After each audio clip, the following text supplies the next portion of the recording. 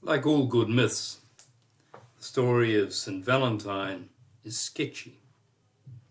Some say he was martyred by Roman authorities for secretly performing marriages on soldiers who were meant to be single, according to Claudius II, aka Claudius the Goth. Armies struggle with attachments.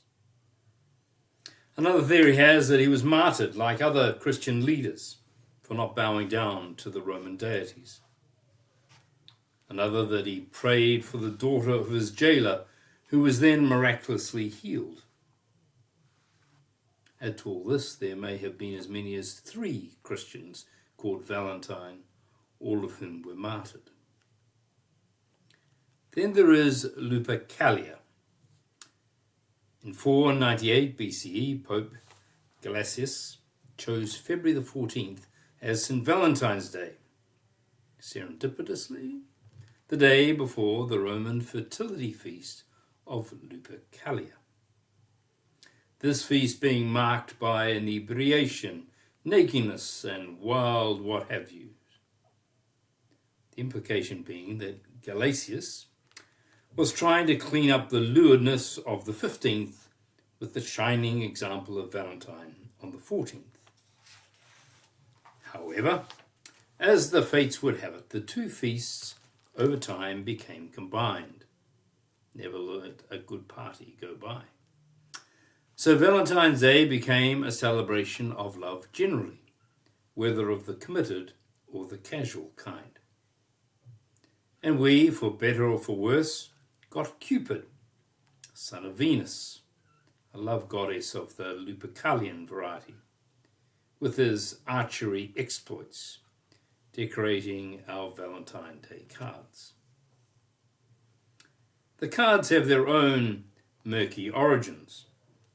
The popular one being that Valentine, while in prison awaiting his execution, wrote a love letter to a woman and signed it "From your Valentine." The first Valentine's card was reportedly a poem sent by Charles, the Duke of Orleans, to his wife in 1415, big jump there, while he was imprisoned in the Tower of London. The card is now on display in the British Museum. By 1450, to be someone's Valentine was synonymous with being his or her sweetheart. By 1533, a Valentine was synonymous with a piece of paper folded as a romantic card. By 1610, Valentine's gifts were also commonly given to sweethearts.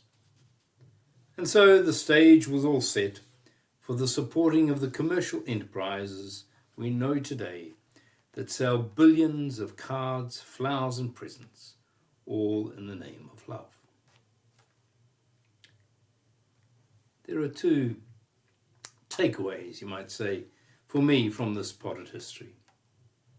Firstly, at some point in time, a man, probably called Valentine, made love a priority and it cost him. Secondly, love, albeit a broad word with many manifestations, is important to the human spirit. Whether that be love between a parent and a child, between close friends, between siblings, between those married 50 years, or between those falling deeply in love for the last 5 days.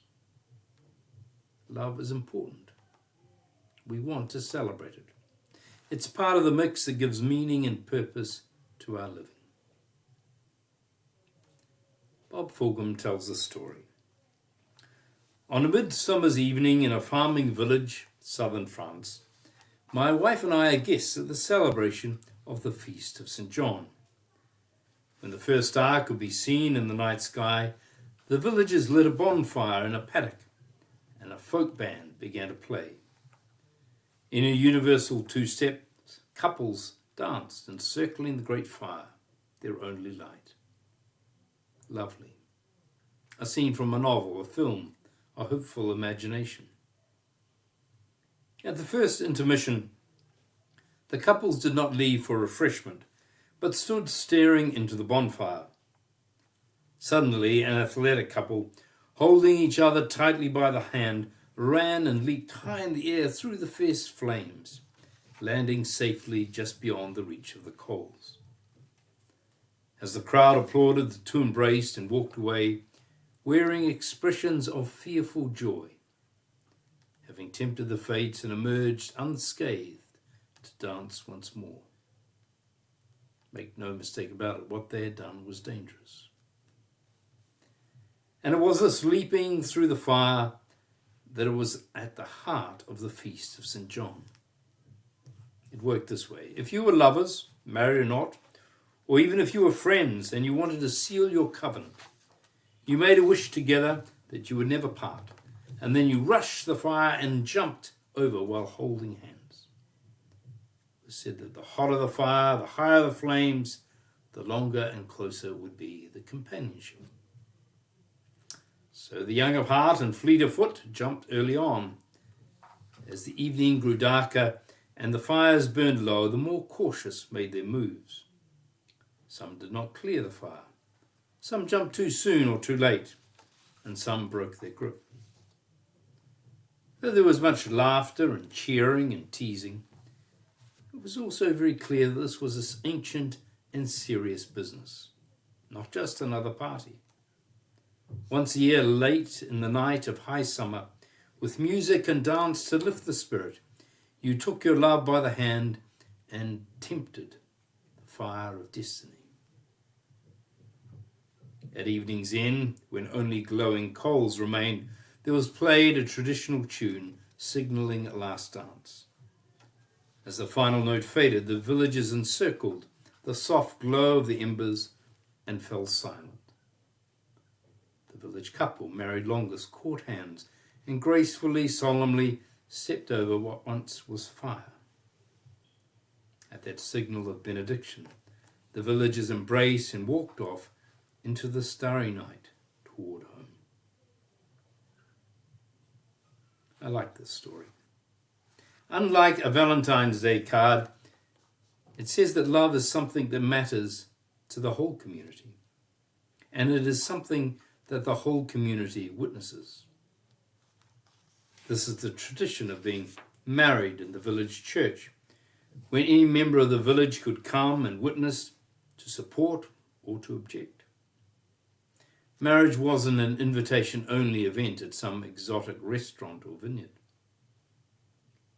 It is also a tradition that says love needs a community to support it.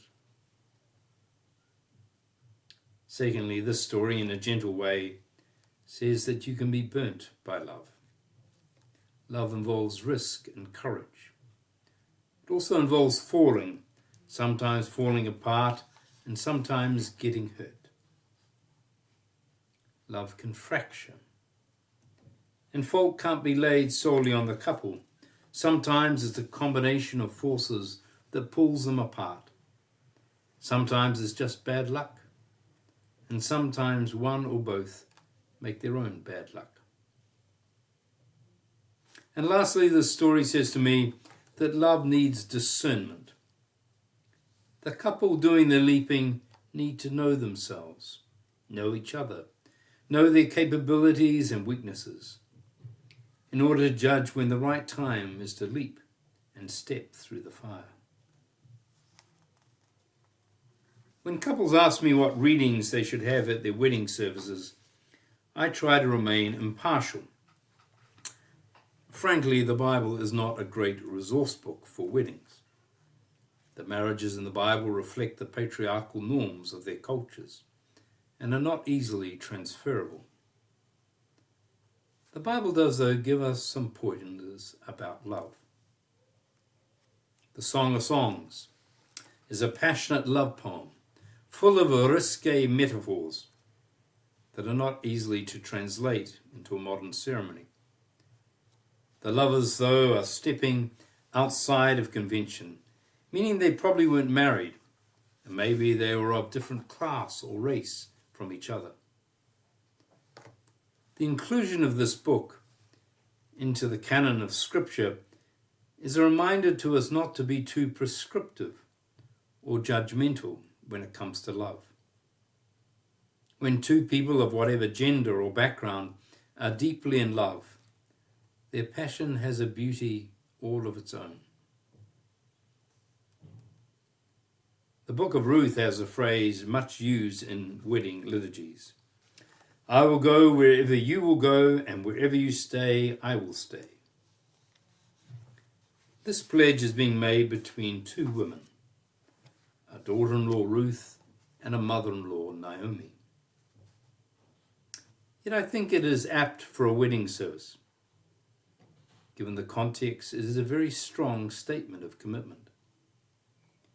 Naomi's material resources, including husband and sons, had been destroyed. She was destitute and was returning to her people, in effect, to beg for enough not to starve. Ruth was choosing to go with her, away from Ruth's extended family and resources, away from Ruth's gods, to be with Naomi in her destitution. These women had been burnt by life, and against logic and common sense, Ruth was choosing to stay with Naomi. The other popular reading for weddings is 1 Corinthians 13, which we'll hear today. Again, the context is not marriage. Paul is talking about what the followers in Corinth, a group of maybe 16 people, should aspire to in their dealings with and in being with each other. Instead of aspiring to just be a teacher, leader, or healer, aspire above all to love.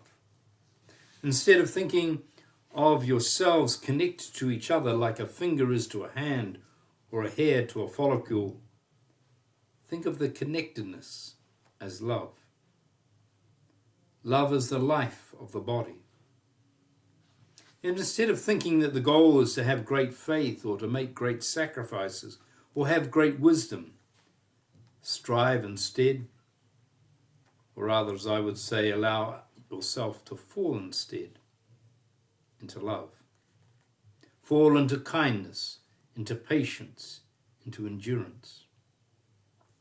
And unlike skills, wisdom, and all that stuff we think makes for success, love, this type of love, arhanui, endures. And as the community of St. John would later say, this God is love.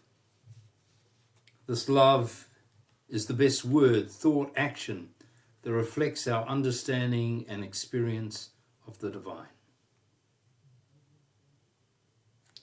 These great biblical love themes of prioritizing kindness and gentleness above all else, of costly commitment, and of uncontainable passion still ring true.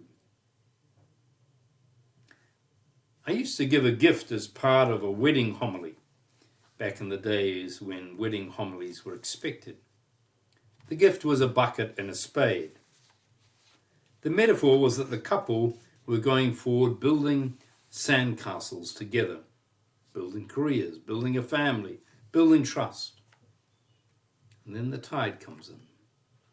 And all that building is largely swept away. A crisis. So they begin rebuilding, maybe a little wiser this time. But again, the tide or the weather or whatever sweeps in. And again, they start to rebuild. The metaphor says that relationships of love, of friendship, of marriage, of deep commitment are about constructing and crises, about starting forward and being swept back, about being in it together, learning again and again the art forms of kindness, patience, endurance, and above all, what matters. Blessings to you.